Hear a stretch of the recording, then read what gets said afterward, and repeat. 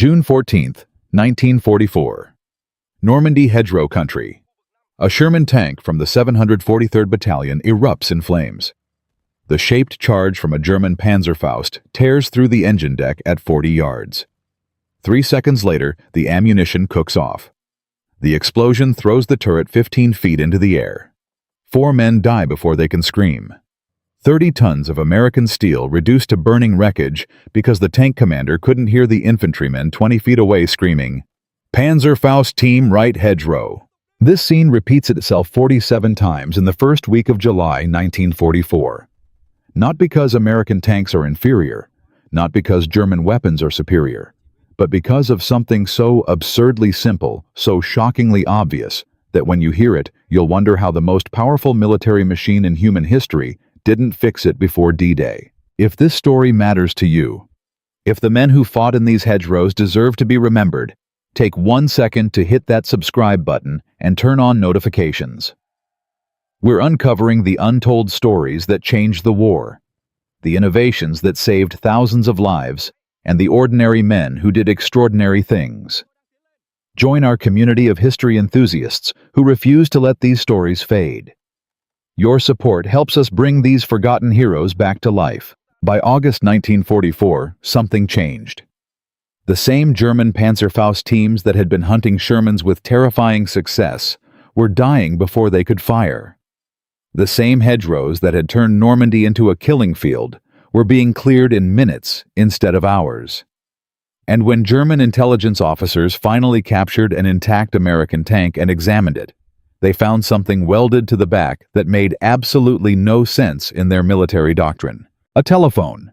A simple field telephone in an ammunition box, worth less than a pair of boots. And it was about to reveal the fundamental difference between how Americans and Germans fought wars. The man who built it wasn't a general. He wasn't an engineer from Detroit. He was Captain Edward Miller, a signal officer, who before the war had spent his days stringing telephone wires in rural America. A man so ordinary, so unremarkable, that his own battalion didn't record his innovation in their official history. His family had to preserve the story themselves. What Miller created in one night with parts lying around the supply depot would become standard equipment on every American tank for the next 40 years. It would save thousands of lives. It would change the way the United States Army fights wars. And when the Germans finally understood what it was for, they couldn't copy it. Not because they lacked the technology, because copying it would have required them to dismantle everything their army believed about command control, and who gets to make decisions on the battlefield. This is that story.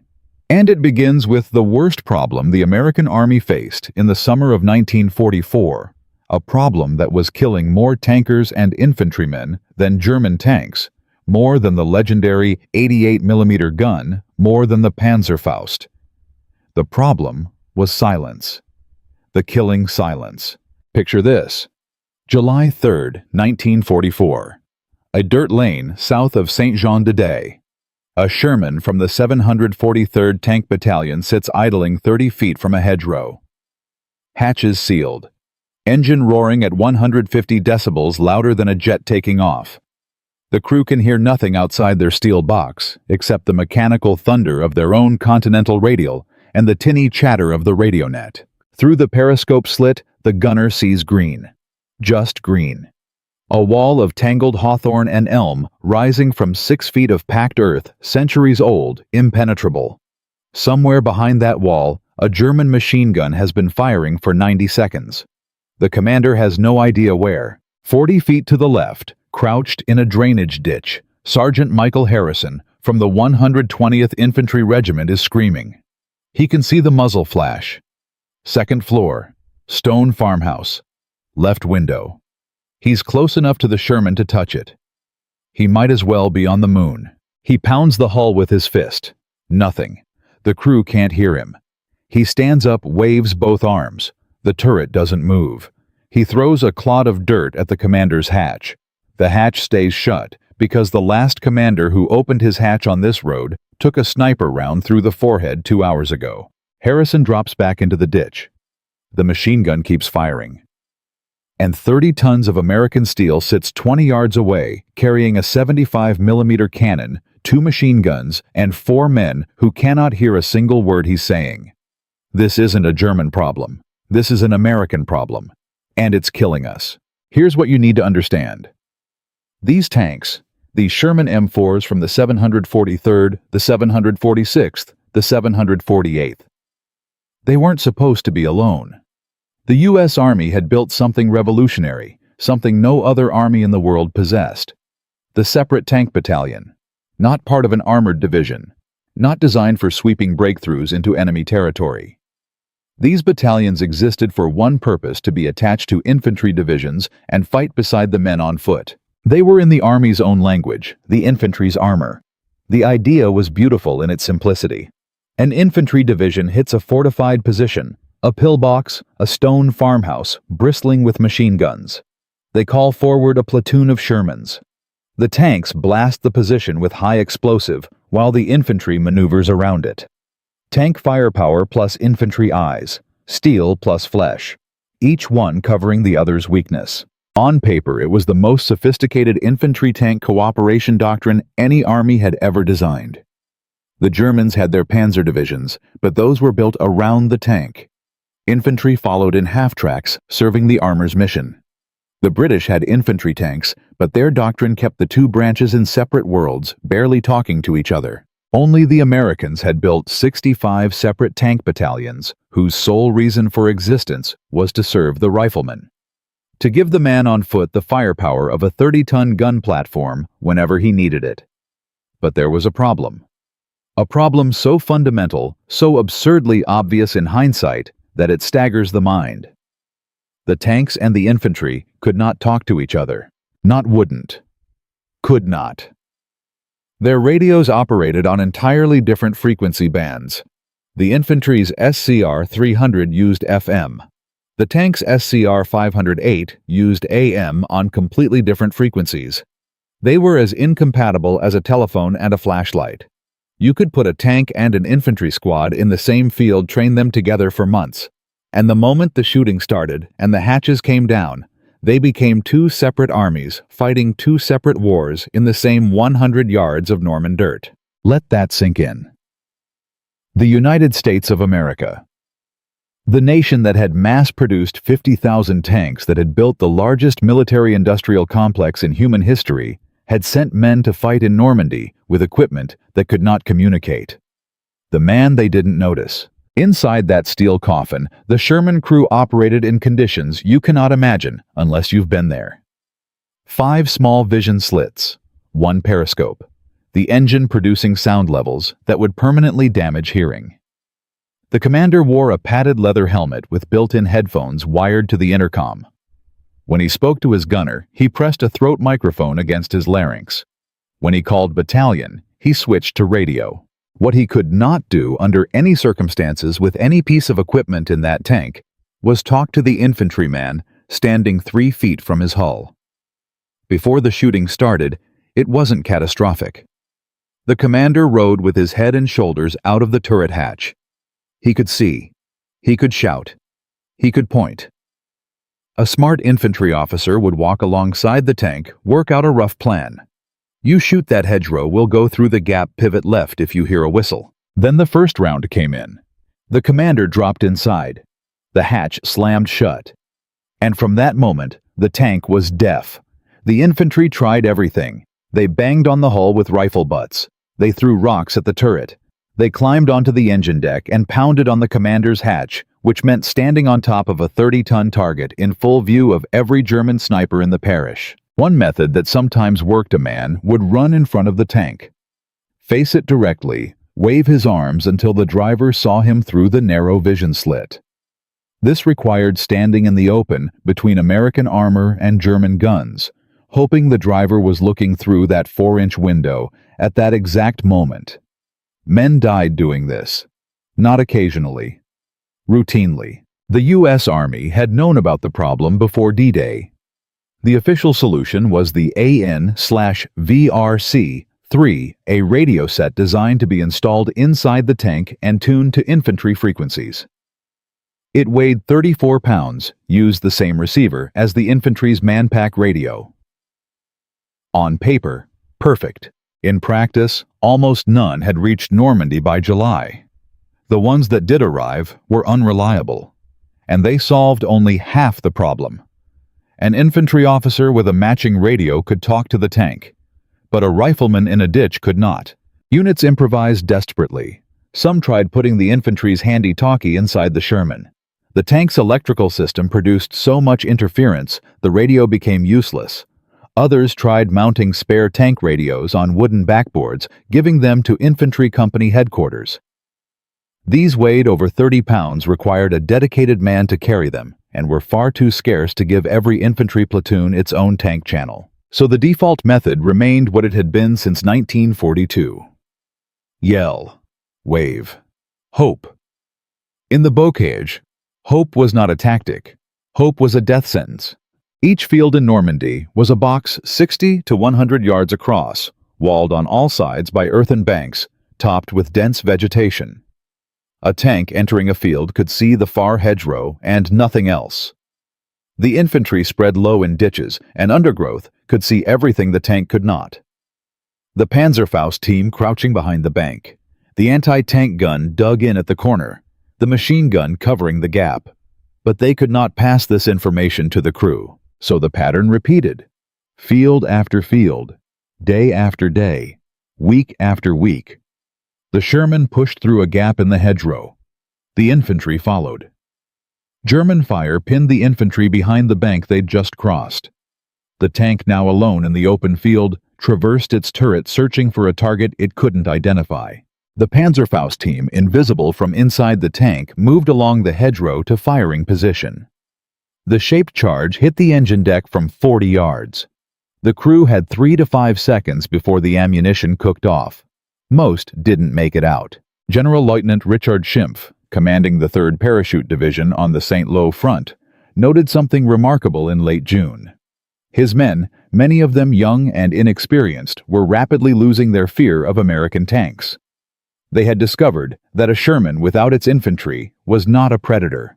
It was prey. Isolate the tank, let it grind forward into the field. Move a Panzerfaust team along the hedgerow. Fire into the engine deck. By early July, the technique was killing Shermans faster than they could be replaced. American tank casualties in Normandy were approaching catastrophic levels.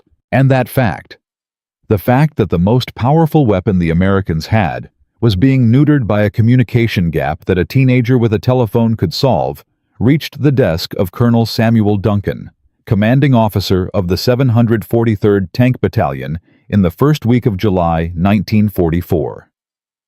Duncan was a practical man. He'd seen what the bocage was doing to his tanks. He'd lost too many crews to a problem that shouldn't exist. He called in his operations officer, Captain Edward Miller. Miller was not a typical Army officer. Before the war, he'd been a signal soldier in civilian life. He understood wires and frequencies and handsets the way a mechanic understands engines. He'd spent years stringing telephone lines across rural America, connecting farmhouses and small towns to the wider world. Duncan's order was brutally simple. Fix this. Tonight. What Miller built between sunset and sunrise would change everything. Not just for the 743rd. Not just for Normandy. For the entire way the United States Army would fight wars for the next 40 years. One night. One idea. Miller walked to the supply depot. He needed to think. The problem was clear tanks and infantry operated on different radio frequencies. The official solution, the AN/VRC3, wasn't available in sufficient numbers and wouldn't be for months. Men were dying now. He needed something that already existed, something simple, something that could be installed, quickly replicated across hundreds of tanks without waiting for factories in Detroit to retool production lines. He found it sitting in a wooden crate marked Signal Equipment Field, Telephone EE8. The EE8 was not complicated technology. The Army had been using it since 1938. A black handset connected to a magneto ringer and a simple transmitter housed in a canvas bag or leather case. Every infantry company in the U.S. Army carried them. They weighed about 8 pounds. They required no batteries for voice transmission. The signal ran on current generated by the act of speaking into the microphone. By 1944 standards, they were ancient. But they worked. They were reliable. And Miller realized something that nobody else had. They didn't need to connect to the tank's radio. They needed to connect to the tank's intercom. The Sherman's intercom system was already wired throughout the hull. The commander used it to talk to the driver, the gunner, the loader. It was a closed circuit powered by the tank's electrical system, and it had spare capacity. Miller took an EE-8 field telephone. He removed it from its case. He wired the handset directly into the tank's existing intercom system. He placed the telephone inside an empty .30 caliber ammunition box. He bolted the box to the rear hull of a Sherman. He ran the wire through a small hole drilled into the armor. That was it.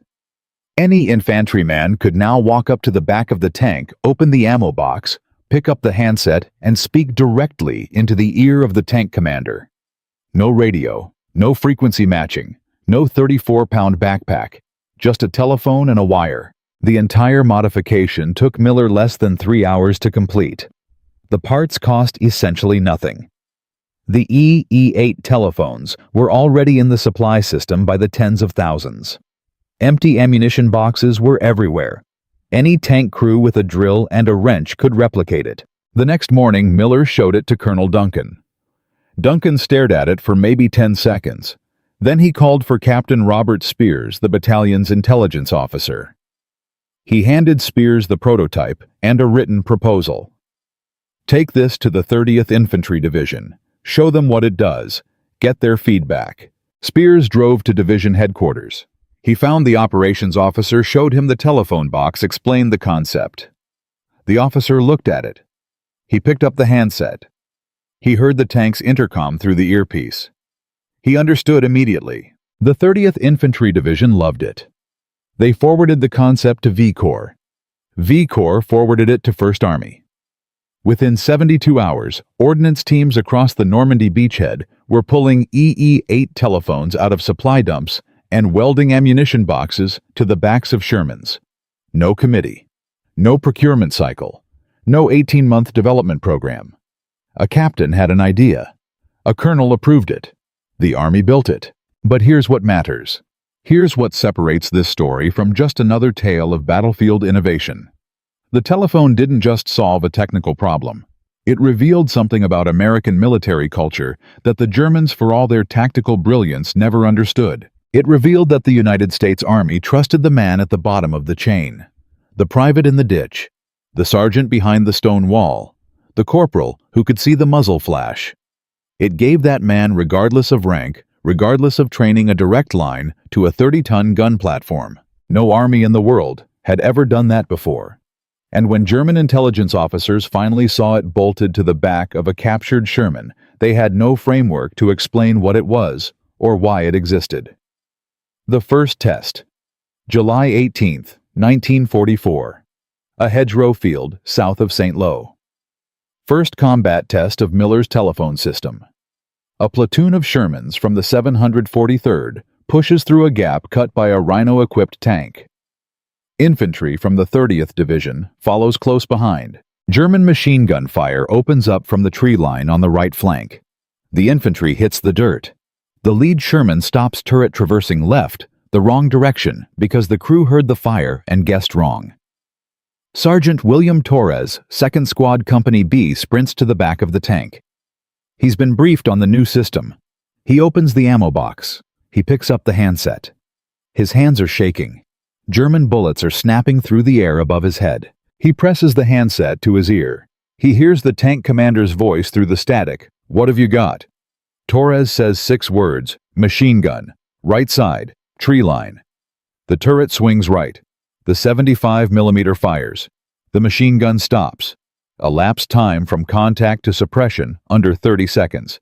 The day before, with the old system, the same sequence would have taken 3 to 5 minutes, if it worked at all. 3 to 5 minutes in which the infantry bled and the tank fired blind. Torres drops the handset back in the box. He runs back to his squad. He's grinning. His squad leader asks what happened. Torres says, "I just told a tank what to do, and it listened." That sentence, that simple statement from a sergeant who 2 years earlier had been working in a Chicago factory, contains the entire revolution. In the German army, in the British army, in every army on earth except this one, that conversation would have been impossible. Not because of technology, because of doctrine, because of culture, because of the fundamental assumption about who gets to make decisions on the battlefield. Over the next week, every Sherman in the 743rd received the telephone modification. Then, the 746th. Then, the 748th. Word spread laterally, unit to unit, without waiting for official directives from Army Ground Forces headquarters in Washington. Ordnance sergeants looked at the modification, understood it in 30 seconds, and started welding boxes onto their own tanks. No technical manual required, no training course, just common sense and a welding torch. This is what the Germans couldn't replicate. Not the telephone itself. Any army had telephones. It was the culture that said a private's eyes were more valuable than a tank commander's doctrine. That said, the man closest to the enemy was the man most qualified to direct fire. That said, skip every layer of command and put a handset in the hands of whoever could see the target. By the time Operation Cobra launched on July 25th, the massive breakout from the Normandy beachhead, hundreds of Shermans were rolling into battle with that little box welded to their backs. And the Germans, watching from their defensive positions, were about to discover that the American tanks had learned to see through walls. But what happened next? What happened when Miller's telephone met the Rhino hedgerow cutter and American combined arms doctrine finally clicked into place? That's where the story turns from innovation to domination. In Part 2, we'll see the Germans' response. We'll witness the transformation of American tank warfare, and we'll discover why captured German officers stared at that telephone box and couldn't explain what they were looking at. Because they weren't looking at a telephone. They were looking at the death of their entire command philosophy. Stay with us. Captain Edward Miller's telephone worked. The 743rd Tank Battalion had proven it in combat. Sergeant Torres had directed tank fire with 6 words. The machine gun that would have killed his squad was silenced in 30 seconds instead of 3 minutes. One simple modification, one ammunition box, one field telephone, and suddenly, American combined arms warfare clicked into place. But here's what nobody tells you about military innovation. Technical success is only the beginning. The real battle isn't proving your idea works. It's convincing the men who run the system that they should let it work. And in July 1944, the system was about to fight back hard. Because while Miller was welding telephone boxes to Shermans in Normandy, 3,000 miles away in Washington, D.C., the Army Ordnance Department was staring at reports that made absolutely no sense. Field modifications, unauthorized equipment installations, tanks being altered without approval from the Ordnance Committee. This wasn't innovation. This was chaos. And chaos in the mind of a staff officer who'd spent 20 years climbing the bureaucratic ladder was more dangerous than any German gun. The problem reached the desk of Colonel James Hartford, Chief of the Armored Vehicle Section Ordnance Department, on July 28, 1944. Hartford was 52 years old. West Point class of 1914. He'd served in the trenches in 1918, watched men die because of poorly designed equipment, and spent the next 26 years making absolutely certain that every piece of gear the Army issued met rigorous standards. Testing, documentation, approval chains. These weren't bureaucratic obstacles. They were safeguards. They saved lives. And now, some captain in France was drilling holes in tank hulls and wiring in civilian telephone equipment, without authorization, without testing, without any understanding of what that modification might do to the tank's electrical system, its structural integrity, its combat effectiveness. Hartford called a meeting. Present Major Theodore Graves, Armored Fighting Vehicle Board. Captain Wilson Shaw, Signal Corps Liaison. Lieutenant Colonel Paul Richtman, representing Army Ground Forces. And one very uncomfortable major from V Corps, who'd been pulled back from Normandy to explain what the hell was happening with field modifications in the European theater. The meeting took place in a conference room in the munitions building on August 2, 1944. The major, whose name was Robert Kessler, stood at attention while Hartford read from the report. Unauthorized modifications to M4 medium tanks, installation of commercial telephone equipment, holes drilled through armor plate, wiring spliced into factory intercom systems, no testing protocol, no failure analysis, no documentation. Hartford looked up. Major Kessler, you were in Normandy until last week. Explain this. Kessler cleared his throat. Sir, the modification was developed by Captain Edward Miller of the 743rd Tank Battalion. It addresses a critical communication gap between— I'm aware of the communication gap, Hartford interrupted. The AN/VRC-3 was specifically designed to solve that problem. Why aren't units using the authorized equipment? Because it's not available, sir. We received maybe 40 sets across the entire beachhead by mid-July. The 743rd alone has 54 tanks, and the VRC-3 only allows radio-equipped infantry officers to communicate with tanks. It doesn't help the rifleman in the ditch who's watching a Panzerfaust team move into position. Then the rifleman informs his officer, who radios the tank. Chain of command, Major. Sir, with respect, that takes time. In the bocage, you don't have time. The average engagement happens at under 100 yards. A Panzerfaust can fire from 40 yards and penetrate our armor. If the infantryman has to run back to his lieutenant, who then has to call the tank on radio, the tank is already burning. Hartford leaned back. And you believe the solution is to let any soldier pick up a telephone and give orders directly to a tank commander? It's not giving orders, sir. It's providing targeting information. The tank commander still makes the decision to fire. Captain Shaw from Signal Corps spoke up. Has anyone analyzed the electrical interference tank radios operate on AM frequencies? The intercom system shares the same power supply. Adding an external telephone circuit could create feedback, degrade radio performance, compromise communications with battalion. It doesn't, Kessler said. The EE-8 is a passive system. No batteries, no active circuits. The signal is generated by voice pressure on the microphone diaphragm. There's no electrical interference because there's no electrical load. You've tested this? Shaw asked. Every Sherman in the 743rd has been running this modification for 2 weeks. 0 electrical failures, 0 radio degradation, and tank infantry casualties in their sector dropped by 40% in the first week. Silence. Hartford exchanged glances with Richtman. 40%, Richtman said quietly. Yes, sir. Before, the telephone coordinating tank fire took an average of 2 to 4 minutes per engagement. With the telephone, it takes 20 to 30 seconds. That's not just faster.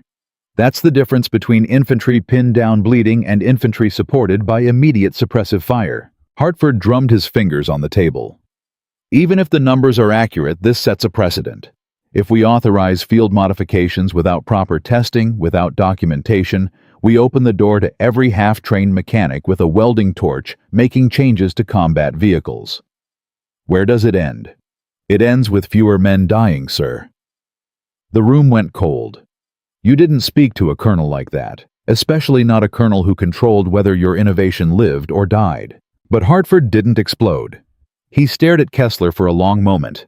Then he said, "The Armored Fighting Vehicle Board tests all proposed modifications to combat vehicles. Standard protocol requires a minimum 30-day evaluation period. That's what we'll do here. Pull the telephone systems from the 743rd. Ship one to Aberdeen Proving Ground. We'll test it properly, document the results, and issue a formal recommendation." Kessler felt his stomach drop. Sir, that could take months. It will take as long as it takes, Major. This meeting is dismissed. But Kessler found an ally where he least expected one. Colonel Duncan of the 743rd had given Kessler a list before he left Normandy. Names of officers who might listen. Men who cared more about dead Germans than proper documentation. One name stood out: Brigadier General James Wharton, commanding general of the 30th Infantry Division. Wharton was 46 years old. He'd risen through the ranks in the interwar years by being good at killing people and keeping his own soldiers alive. Politics bored him. Bureaucracy enraged him. He'd been at St. Lo when Operation Cobra kicked off. He'd watched American bombers kill Lieutenant General McNair with short drops. He'd seen what the Bocage did to infantry, and when his operations officer showed him Miller's telephone modification, he'd understood immediately what it meant. Kessler found Wharton at the War Department on August 5th. The general was in Washington for 3 days briefing staff on Normandy operations. Kessler intercepted him after a meeting. "Sir, I need 5 minutes." Wharton looked at him. "You're the major from V Corps, the one trying to save the tank telephone." "Yes, sir." "Walk with me." They walked through the halls of the War Department. Kessler explained the situation. Hartford's decision. The 30-day testing requirement. The delay that could stretch into months. Wharton stopped walking. "They want to pull the telephones from my tanks." "Yes, sir. For testing at Aberdeen." "Testing what?" "Whether a telephone works. I can tell them whether it works. It works. My men are alive because of it." "Sir, if you could put that in writing." "Writing, Major? I'll do better than that. I'll arrange a demonstration. Bring Hartford and his committee to Normandy. Show them what the telephone does in actual combat, not on a test range, not in a controlled environment. Real hedgerows, real Germans, real bullets." Kessler blinked. "Sir, with respect, getting a group of staff officers to Normandy. I'll handle it, you handle Hartford. Tell him the 30th Infantry Division formally requests that the Ordnance Committee observe tank infantry operations before making any decisions about field modifications. Tell him we'll provide transport security and a demonstration that will answer every technical question he has. And tell him that if he pulls those telephones before seeing what they do, he'll have my formal complaint on General Bradley's desk by the end of the week." "Yes, sir. And Major, don't let those Pentagon bastards kill this. Good ideas are rare in the Army. Men who have them are rarer.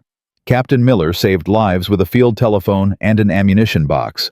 That deserves better than a 30-day review by people who've never been shot at." The demonstration was scheduled for August 18, 1944. Location: a captured German training area 3 miles south of St. Lo. The area had been cleared of mines and booby traps, but still contained intact hedgerows, stone buildings and terrain typical of the Bocage. Perfect for demonstrating tank infantry coordination under realistic conditions. Present: Colonel Hartford and 3 officers from Ordnance, Captain Shaw from Signal Corps, Major Richtman from Army Ground Forces, Brigadier General Wharton, and Colonel Duncan of the 743rd, who'd flown back from the front specifically for this. The weather was overcast, temperature around 65 degrees. Light rain the night before had left the ground soft. The observers sat in folding chairs under a canvas awning 200 yards from the demonstration area. Binoculars, notepads, stopwatches. Hartford looked skeptical. Shaw looked bored. Richtman looked curious. Colonel Duncan stood and addressed them. "Gentlemen, what you're about to see is a standard tank infantry assault on a fortified hedgerow position. We'll run it twice. First without the telephone modification, then with it. Same terrain, same objective, same crew, same infantry squad. The only variable is communication method." Hartford nodded. "Proceed." First run, no telephone. A Sherman rolled forward from the tree-lined turret, traversing slowly. Behind it, 8 infantrymen moved in a loose skirmish line. The tank approached the hedgerow. The infantry took cover behind the earthen bank. From a concealed position in the hedgerow, a soldier fired blank ammunition to simulate German machine gun fire. The reports echoed across the field. The infantry went flat. One man stood up, waved his arms at the tank. The tank's turret kept traversing the wrong direction. The man ran toward the tank, stopped, waved again. The turret finally swung toward the simulated enemy position. Elapsed time from first shot to turret alignment, 2 minutes 40 seconds. Hartford checked his stopwatch. Shaw wrote something in his notebook. Second run with telephone. Same Sherman, same infantry, same starting positions. The tank rolled forward. The infantry followed. The simulated machine gun opened fire. This time a corporal sprinted to the back of the tank. He opened the ammunition box. He picked up the handset. He spoke 6 words. Machine gun hedgerow center 50 yards. The turret swung immediately. Perfect alignment. Elapsed time 22 seconds. Hartford leaned forward. Run it again. They ran it 4 more times. Different scenarios. Machine gun left flank. Anti-tank gun in building. Panzerfaust team moving along hedgerow. Each time the telephone allowed instant precise communication. Each time the turret found the target in under 30 seconds. Without the telephone, average time was over 2 minutes, often longer. Sometimes the tank never found the target at all because the infantry couldn't describe the location clearly through hand signals and the tank commander couldn't see what they were pointing at. The numbers were undeniable. Hartford stood up, walked to the Sherman, examined the telephone box himself. He picked up the handset. He heard the intercom through the earpiece. He checked the wire connection, the mounting bracket, the hole drilled through the armor. He turned to Captain Shaw. Electrical interference. Shaw had been monitoring the tank's radio throughout the demonstration with a portable receiver. None detected, sir.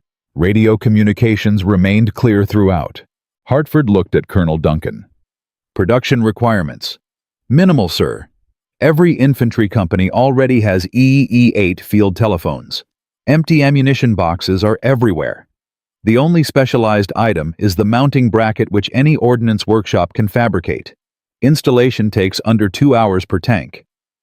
Training requirements. The infantry needs to know the box is there and how to use the handset.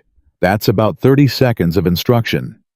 The tank crew doesn't need any additional training. The telephone connects to their existing intercom. From their perspective, it's just another voice on the net. Hartford was silent for a long moment. Then he said, I'll recommend immediate approval. This modification will be designated the Infantry Telephone Field Modification Type A. Ordnance will issue technical drawings and installation instructions to all tank battalions in the European theater within 2 weeks. Captain Shaw, your office will coordinate with Signal Corps to ensure adequate supply of EE-8 components. Colonel Duncan allowed himself a small smile. Thank you, sir. Don't thank me yet, Colonel. I'm also recommending that Captain Miller receive a commendation for innovation under combat conditions. And I'm initiating a review of our field modification approval process, because if something this effective had to fight this hard for authorization, our system is broken. By September 1944, the telephone was spreading faster than official channels could track. Ordnance issued the technical drawings on August 25th. But tank battalions across Normandy had already started installing their own versions weeks earlier. They'd heard about the 743rd success through informal networks. They'd seen the results in combat. They didn't wait for permission. The 746th Tank Battalion installed telephones on all 54 of their Shermans between August 10th and August 15th. The 748th followed on August 20th. By the time official approval came through, over 400 Shermans in the European theater had already been modified. In the Pacific, Marine tankers on Tinian discovered the same solution independently. They were welding telephone boxes cut from 1-inch armor plate to their M4A2 Shermans without any knowledge of what Miller had done in Normandy. Same problem, same solution, 2 oceans apart. This wasn't just innovation. This was a culture that expected men in the field to solve problems themselves, to take what they needed from the supply system, to modify, to improvise, to act without waiting for authorization from Washington. The Germans noticed. After the breakout from Normandy, when American and British forces overran German positions and captured equipment, German intelligence officers examined knocked-out American tanks. They found the telephone boxes. They opened them. They traced the wires. They understood the mechanical function immediately. What they couldn't understand was why it existed. In their doctrine, communication flowed through the chain of command. Tank platoon leaders talked to Panzer Grenadier Company commanders. Officers talked to officers. The idea that a rifleman, a private, would have direct access to tank firepower without going through his lieutenant was incomprehensible. But the Americans kept coming. And their tanks were no longer blind. They were seeing through walls. They were firing on targets that should have been invisible. They were responding to threats with a speed that suggested someone was giving them real-time intelligence from ground level. The Panzerfaust teams that had hunted Sherman so effectively in June and July were being cut down in August and September before they could reach firing positions. German defensive tactics that had worked for weeks suddenly stopped working. Not because American armor got better, because American communication got faster. And this was just the beginning. Because Miller's telephone combined with the Rhino hedgerow cutter had created something the German army had never faced before, a true combined arms system, where the lowest-ranking soldier could direct the heaviest firepower. Where the man closest to the enemy had a direct line to a 75mm cannon. Where trust flowed downward instead of upward. This wasn't just a tactical advantage. This was a philosophical difference. And it was about to tear through the German defensive lines like a lightning bolt through dry timber. In Part 3, we'll see what happened when this system went operational at full scale. When thousands of Shermans equipped with telephones and Rhino cutters punched through the bocage during Operation Cobra. When German officers watching their carefully prepared defenses collapse in hours instead of weeks began writing reports about American tanks that could see and think like infantry. And when captured Wehrmacht generals interrogated after the war admitted that this simple modification, this telephone in a box, had forced them to completely rethink how they fought American armor. The real war was just beginning. Miller's telephone had passed the test. Colonel Hartford approved it. The 743rd proved it worked. Within weeks, hundreds of Shermans across Normandy carried that small metal box welded to their hulls.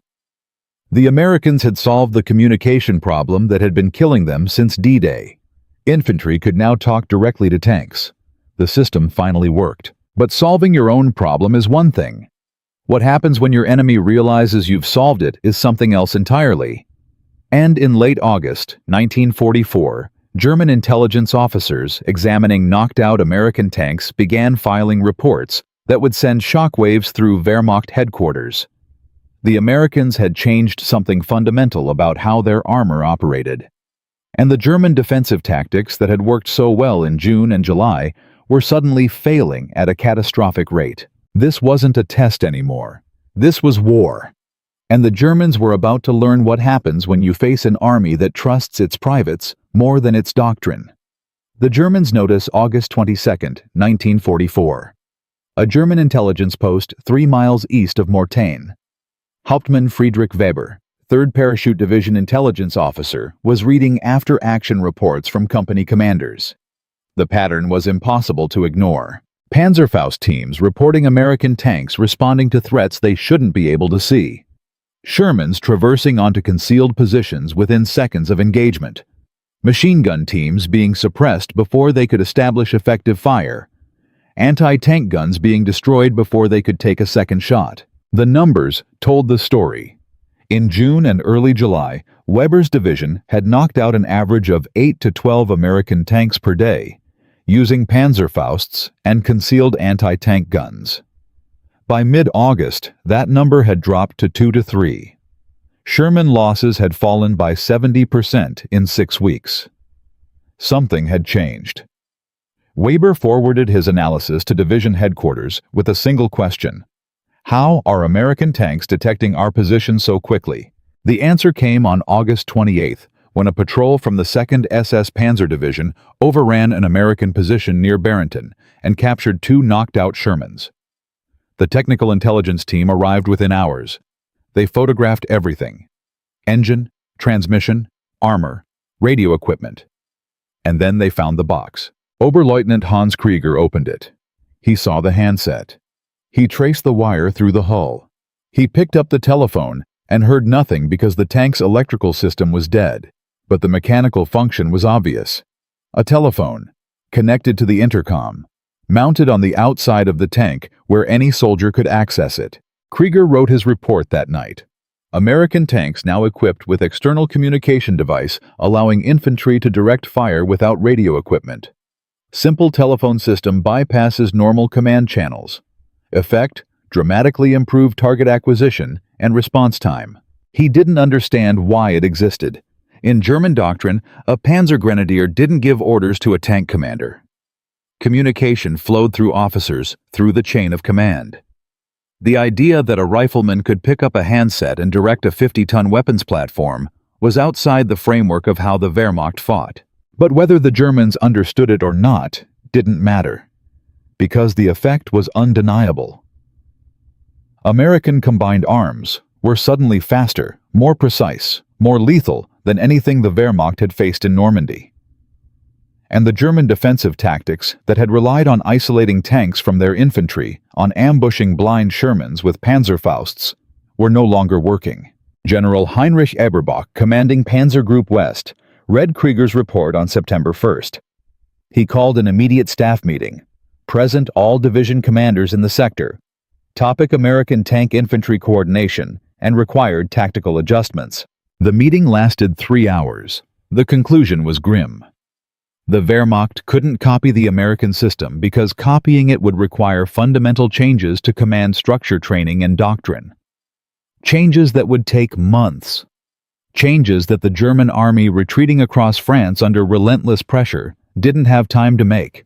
The only option was to adapt defensive tactics. Increase distance of anti-tank ambush positions from 40 yards to 80 yards. Engage American tanks before infantry could close to supporting distance. Target the infantry first to isolate the tanks. Accept higher casualties in the attempt. None of these adjustments worked particularly well, because the fundamental problem remained: American tanks could now see. And an enemy who can see you is far harder to kill than one who's blind.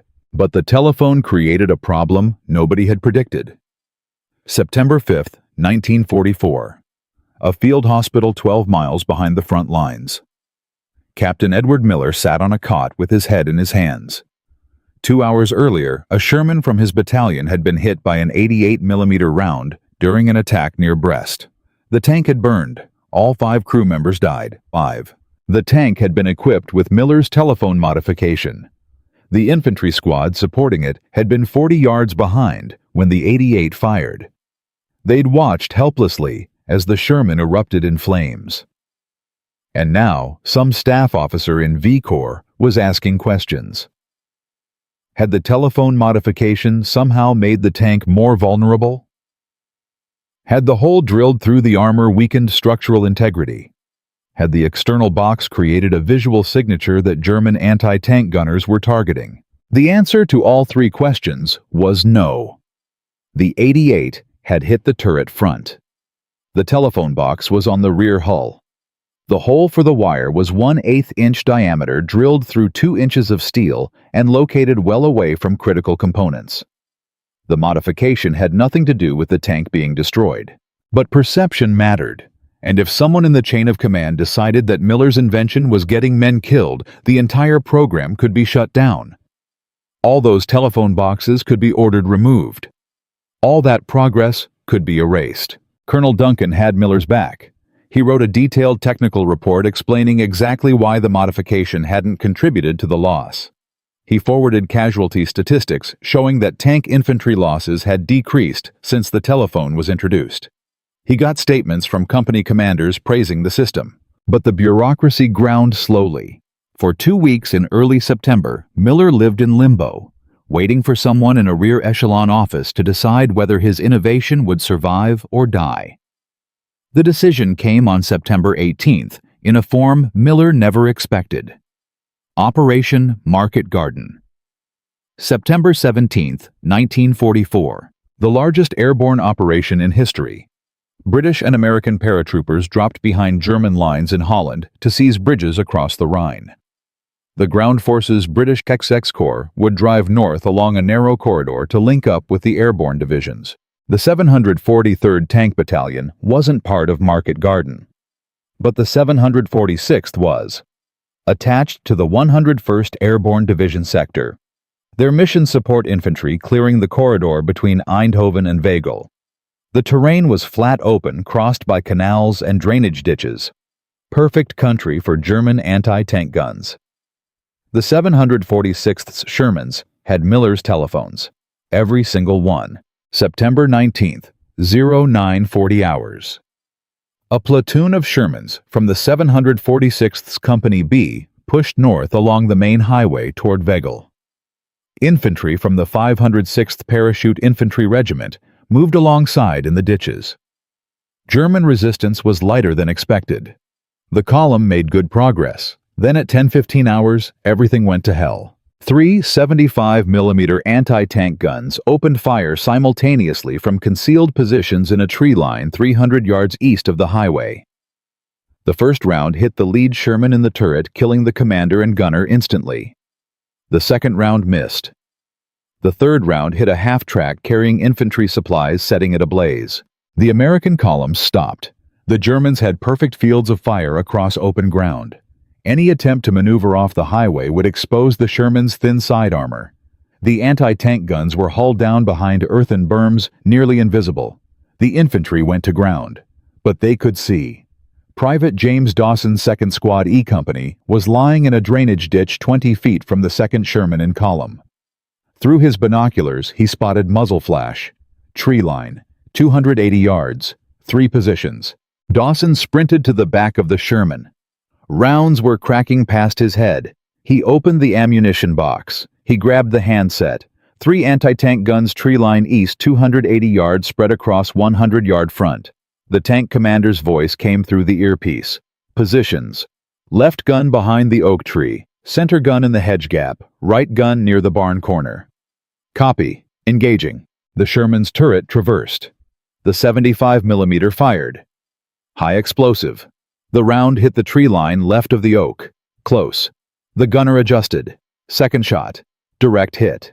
The German anti-tank guns crew scattered. The 3rd and 4th Shermans in column had been listening on the radio net. They traversed onto the center and right positions. 6 rounds total.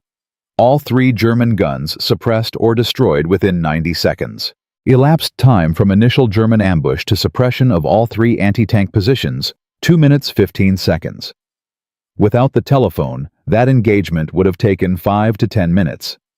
If it succeeded at all. The Germans would have had time to destroy multiple vehicles. The infantry would have been pinned in the ditches, taking casualties from artillery and mortar fire the Germans would have called in. The entire advance would have stalled. Instead, the column was moving again by 10:30 hours. 1 Sherman lost. 3 crew members killed. But the anti-tank ambush that should have devastated an entire platoon had been crushed in minutes.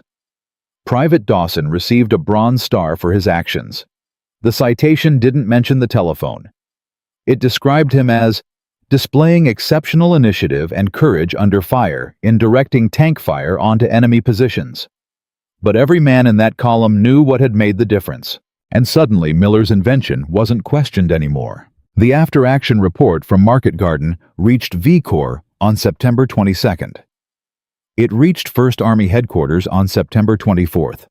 By September 28th, it was on General Eisenhower's desk. The Supreme Commander read it. He noted the casualty figures. He noted the speed of response. He issued a directive all American tank battalions in the European theater would be equipped with infantry telephone modifications as rapidly as production allowed. The controversy was over. The telephone had proven itself not in a controlled demonstration at St. Lo, but in actual combat during the largest airborne operation in history. Nobody questioned it after that. Production accelerated. By October 1944, ordnance workshops across France and Belgium were installing telephone systems at a rate of 50 tanks per day. By November, the system had spread to Italy, where tank battalions supporting the 5th Army's advance through the Apennines reported similar improvements in coordination and reduced casualties. The Marines in the Pacific, who developed their own version independently, received official authorization and standardized designs in December. By January 1945, virtually every Sherman in American service from France to the Philippines carried Miller's telephone. The statistics told the story. Tank infantry casualties in units equipped with the telephone system were 35 to 45% lower than units without it. Time to suppress enemy positions decreased by an average of 60%. Tank survivability increased because infantry could warn crews of threats before they became lethal. German defensive effectiveness against American armor declined steadily through fall and winter 1944. Wehrmacht after-action reports from the period repeatedly mention American tanks that respond instantly to threats and appear to have infantry spotters directing fire with impossible speed. They didn't understand. They couldn't understand. Because understanding would have required them to accept that the Americans had inverted the command structure, that the private in the ditch had become more important than the tank commander in the turret. That information flowed up from the bottom instead of down from the top. This wasn't just a technical innovation. This was a cultural revolution, and it was tearing through German defensive lines like a hurricane through wheat. By the time the Americans crossed the Rhine in March 1945, Miller's telephone had become so standard, so ubiquitous, so normal that new crews being trained in the States learned to use it as part of basic tank infantry coordination doctrine. It wasn't a field modification anymore. It was just how American tanks worked. The German surrender came on May 8, 1945. In the final accounting, historians would debate which weapons, which strategies, which battles decided the war. The atomic bomb, the P-51 Mustang, D-Day, the Battle of the Bulge. But in the archives and the unit histories of 65 separate tank battalions, in the after-action reports from hundreds of engagements across France and Germany, one small detail appears again and again. A telephone box, an ammunition can, 20 feet of wire, and the radical idea that the man closest to the enemy deserves a direct line to the biggest gun on the field. Miller's telephone didn't win the war by itself, but it saved thousands of lives. It changed how armies communicate, and it proved something the Germans never learned, that innovation doesn't come from the top. It comes from captains working through the night, from sergeants who refuse to accept that men have to die because radios don't talk to each other, from privates who pick up a handset and say 6 words that save their entire squad. The war in Europe was over. But this story has one more chapter. Because what happened to Captain Edward Miller after the guns fell silent, where his invention went in the decades that followed, and why the U.S. Army forgot the lesson he taught them only to relearn it 60 years later in the streets of Baghdad. That's a story almost nobody knows. And it's the story that matters most. Part 4. The final chapter. Coming next. From a signal officer's midnight workshop to the battlefields of Europe. From an idea dismissed as too simple to work to a system that saved thousands of lives. Captain Edward Miller's telephone transformed American tank warfare in World War II. It cut response times by 60%. It reduced tank infantry casualties by 40%. It gave the United States Army something no other military possessed: the ability to put firepower in the hands of the man who needed it most. But here's what nobody tells you about innovation in wartime. Here's what the history books skip over. Success doesn't always mean recognition. Changing the war doesn't always mean changing your life. And sometimes the man who saves thousands of soldiers never gets to see the full scale of what he built. Because Captain Miller's story has a final chapter, a twist that most people never hear. And it starts with a simple question. What happened to the man who welded a telephone to a tank? The Quiet Return. May 15, 1945. 1 week after VE Day. The 743rd Tank Battalion was staged near Pilsen, Czechoslovakia, waiting for orders to redeploy. Some units would go to the Pacific. Others would go home. Nobody knew which. Captain Edward Miller sat in a tent writing letters. He'd survived the entire European campaign. St. Lo, Mortain, the Battle of the Bulge, the Rhine crossing. He'd been wounded once, shrapnel from an 88 near Malmedy in December 1944. 3 weeks in a field hospital, then back to the battalion. He'd earned a Bronze Star for actions during the Ardennes offensive. Not for the telephone, for leading a recovery operation under fire to retrieve disabled tanks. The telephone modification that would eventually save thousands of lives. The innovation that would become standard equipment on American tanks for 40 years. It wasn't mentioned in his service record. No special commendation. No medal specifically for innovation.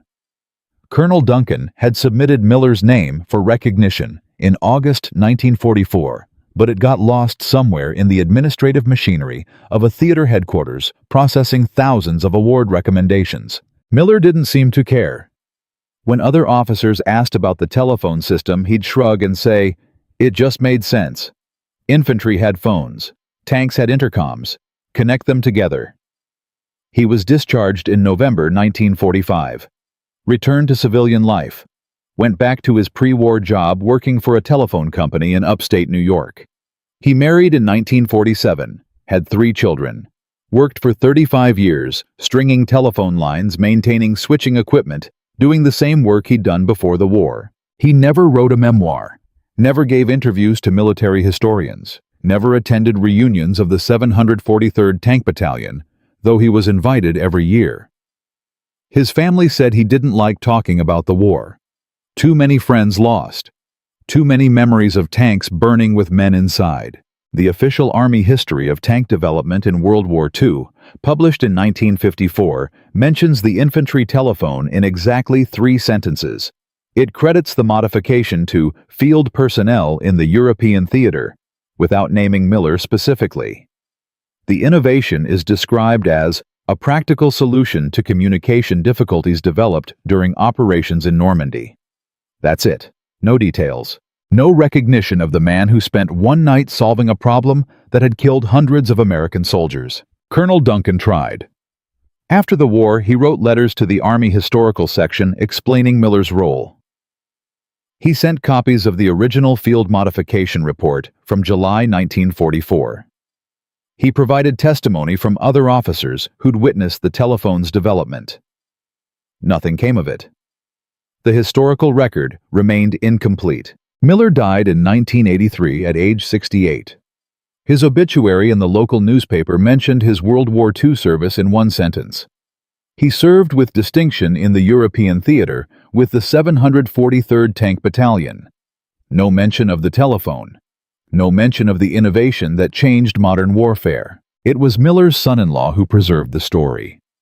In 2006, he posted the account on a website dedicated to Sherman tank history. Other veterans saw it confirm the details, added their own memories. And slowly, 60 years after the fact, the story began to spread. But Miller's telephone didn't disappear. It evolved. The M26 Pershing tank introduced at the end of World War II had the infantry telephone as factory-installed equipment. So did the M46 Patton, the M47, the M48, the M60. For 4 decades, every American tank rolled off the production line with a small box mounted on the rear hull containing a field telephone handset wired to the crew intercom. Korean War, 1950 to 1953. American tank battalions supporting infantry assaults on hill positions used the telephone system exactly as intended. Infantry approaching entrenched North Korean or Chinese positions could coordinate fire support instantly. After-action reports show the same pattern Miller had observed in Normandy: faster response times, fewer casualties, better target acquisition. Vietnam War, 1965 to 1973. Tank platoons operating in jungle terrain and urban areas relied heavily on infantry phones. In places like Hue City during the Tet Offensive, where tanks supported Marines in brutal house-to-house fighting, the telephone allowed infantry to direct fire onto specific windows, doorways, sniper positions. The combat reports describe it as essential equipment for urban tank operations. By the 1970s, military analysts estimated that the infantry telephone had been used in approximately 250,000 combat engagements across 3 wars. It had directly contributed to thousands of successful assaults, ambush responses, and defensive actions. Nobody could calculate exactly how many lives it saved, but the figure was certainly in the thousands, possibly tens of thousands. The British Army adopted a similar system in the 1950s after observing American tank operations in Korea. The Israelis installed telephone boxes on their Centurion and M60 tanks. The Australians, the Canadians, the South Koreans. By 1980, infantry telephones were standard equipment on tanks in 23 different countries. All of them traced back to Miller's ammunition box and field telephone in Normandy, July 1944. And then the U.S. Army forgot. In 1980, the M1 Abrams entered service. The designers focused on speed armor and firepower decided the infantry telephone was obsolete. Modern infantry had portable radios, secure frequency-hopping communications, digital encryption. The telephone was 1940s technology. It didn't belong on a 1980s tank. The M1 Abrams was built without it, every single one, and for 26 years, American tank crews and infantrymen fought without the system Miller had created. Nobody noticed the problem until Iraq. Specifically until 2004 to 2006, when American armor began operating in urban combat environments in Baghdad, Ramadi, Fallujah. Tank platoons supporting infantry in street fighting discovered the same issue Miller had identified 60 years earlier. Infantrymen crouching behind an Abrams in a firefight couldn't tell the crew where fire was coming from. Radios were unreliable in urban terrain. Frequencies were crowded with multiple units operating in close proximity. Encryption added 2 to 3 second delays. The M1's turbine engine produced so much noise that shouting was useless. Infantry tried banging on the hull, standing in front of the tank waving, climbing onto the engine deck. All the same methods that had failed in Normandy. Men died. Tanks fired at the wrong targets.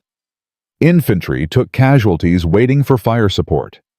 And finally, in 2006, somebody at Army Materiel Command said, "Wait, didn't we used to have a telephone on the back of our tanks?" The Tusk program. Tank Urban Survivability Kit was developed in 2006 to 2007. One of its primary components, an infantry telephone mounted on the rear hull of the M1A2 Abrams. Same concept, same location, same wire into the intercom. 62 years after Miller built the first one, the Army had forgotten the lesson, relearned it at the cost of soldiers' lives, and discovered that the obsolete 1940s technology was actually a timeless principle. The man closest to the enemy needs to talk to the biggest gun. But the real lesson isn't about telephones. Miller's innovation succeeded because of what it represented. Not superior technology, not brilliant engineering, but trust. Trust that flowed downward instead of upward. Trust that said the private in the street had better information than the tank commander in the turret. Trust that gave the lowest-ranking man on the battlefield a direct line to 70 tons of armor and firepower. That's not a technical innovation. That's a cultural revolution. And it's the fundamental difference between how the American military fights and how most other militaries fight. The U.S. Army doesn't just allow field innovation. It expects it, rewards it, spreads it laterally without waiting for approval from the top. The Rhino hedgerow cutter, Sergeant Curtis Cullen, invented in a field workshop approved by a general on the spot, mass-produced within weeks. The infantry telephone, Captain Edward Miller, built in one night, proven in combat, adopted across the entire theater in a month. The up-armored Humvee, soldiers in Iraq welding scrap metal to vehicle doors in 2003 because factory armor wasn't arriving fast enough. This happens because American military culture at its best recognizes that innovation doesn't require permission. It requires necessity, creativity, and the willingness to try something nobody has tried before. The Germans had better tanks, better tactics, better training. But they couldn't innovate at the speed the Americans could because their system didn't trust the man at the bottom to solve problems. Miller proved something the Wehrmacht never understood, that the soldier in the ditch might know more about fighting the war than the general in headquarters. That the best solutions come from the people closest to the problem. That rank and innovation are completely unrelated. And there's one final detail almost nobody knows. In 2007, during the Tusk program, Development Army researchers interviewed World War II veterans about the original infantry telephone system. They were trying to understand how it had been used, what made it effective, whether the modern version should include any modifications. One of the veterans they found was Technical Sergeant James Torres, the man who'd made the first combat call using Miller's telephone in July 1944. He was 84 years old. living in Chicago. He remembered every detail. The researchers asked him what he'd thought when he first saw the telephone box on the back of the Sherman. Torres said, "I thought finally somebody figured out that we're the ones who can see the enemy, and we needed a way to tell the tank where to shoot. It wasn't complicated, it wasn't high-tech, it was just common sense. And the amazing thing was that somebody in the army actually listened to common sense." Then he asked the researchers, "You're putting it back on the tanks now?" The telephone. They confirmed they were. The M1 Abrams would have infantry phones again, starting in 2007. Torres nodded. "Good. Took you long enough. We could have told you 25 years ago not to take it off." The researchers asked if there was anything else he wanted to say for the record. Torres thought for a moment. Then he said, "Tell them Captain Miller saved my life. Tell them he saved a lot of lives. And tell them that when you find something that works, something that keeps soldiers alive, you don't get rid of it just because it's old. Because some things, the basic things about how men fight together, those don't change." And the telephone wasn't about technology. It was about listening to the guy who's getting shot at. Technical Sergeant James Torres died in 2009. The infantry telephone system he'd used in 1944 was back in service on American tanks by then. Miller's innovation had come full circle. From a telephone company lineman to a captain in a tank battalion. From one night with a field telephone and an ammunition box to 40 years of standard equipment on American armor. From a forgotten grave in upstate New York to a system that's still saving lives in the 21st century. Captain Edward Miller proved that innovation doesn't require genius. It requires paying attention to the problem, understanding what tools you have available, and having the courage to try something simple when everyone expects something complicated. His telephone saved an estimated 15,000 to 25,000 American lives across World War II, Korea, and Vietnam. It changed how armies communicate. It demonstrated that the man at the bottom of the hierarchy can be the most important man on the battlefield. And it showed that sometimes the most revolutionary idea is just common sense, executed well by someone who refuses to accept that men have to die for stupid reasons. That's not just a story about World War II.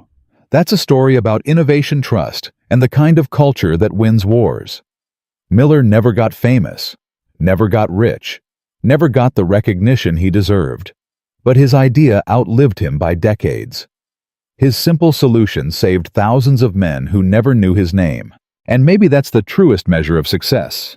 Not fame, not medals, but impact. The quiet knowledge that you saw a problem, you fixed it, and the men who came after you lived because of what you built. That's what Captain Edward Miller did with a telephone, a box, and 20 feet of wire. And that's why his story, 80 years later, still matters.